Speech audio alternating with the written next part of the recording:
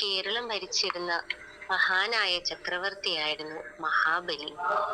അദ്ദേഹത്തിന്റെ ഭരണകാലം വളരെ സന്തോഷവും സമ്പൽ സമൃദ്ധിയും നിറഞ്ഞതായിരുന്നു.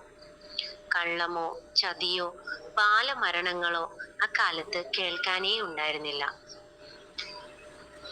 ദയാലുവും ദാനശീലനുമായിരുന്ന അദ്ദേഹത്തിന്റെ ഭരണത്തെക്കുറിച്ച് മൂന്ന് ലോകങ്ങളിലും കീർത്തി കേട്ടിരുന്നു. ഒരിക്കൽ യജ്ഞശാലയിൽ ഇരിക്കുമ്പോൾ ബ്രാഹ്മണ ബാലന്റെ രൂപത്തിൽ വാമനൻ അവിടേക്ക് കടന്നു വന്നു.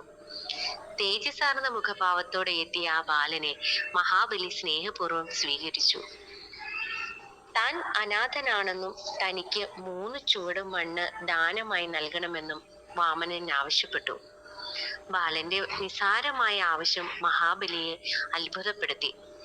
പെട്ടെന്ന് ബാലകനായ വാമനന്റെ രൂപം മാറാൻ തുടങ്ങി. ആകാശം മുട്ടെ വളർന്നു പൊങ്ങിയ വാമനൻ ആദ്യത്തെ ചുവടിന് ആകാശവും രണ്ടാമത്തെ ചുവടിന് ഭൂമി മുഴുവനും അളന്നെടുത്തു. മൂന്നാമത്തെ അടി അളക്കാൻ ഇടം എവിടെ? വാമനൻ ചോദിച്ചു.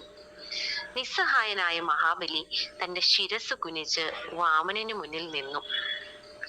വർഷത്തിലൊരിക്കൽ പ്രജകളെ കാണാൻ അനുവാദം നൽകി മഹാബലിയെ പാതാളത്തിലേക്ക് വാമനൻ ചവിട്ടിത്താഴ്ത്തി. അങ്ങനെ നാടു കാണാനെത്തുന്ന മഹാബലി തമ്പുരാന്റെ ഓർമ്മയ്ക്കായാണ് നാം ഓണം ആഘോഷിക്കുന്നതും പൂക്കളമിടുന്നതും.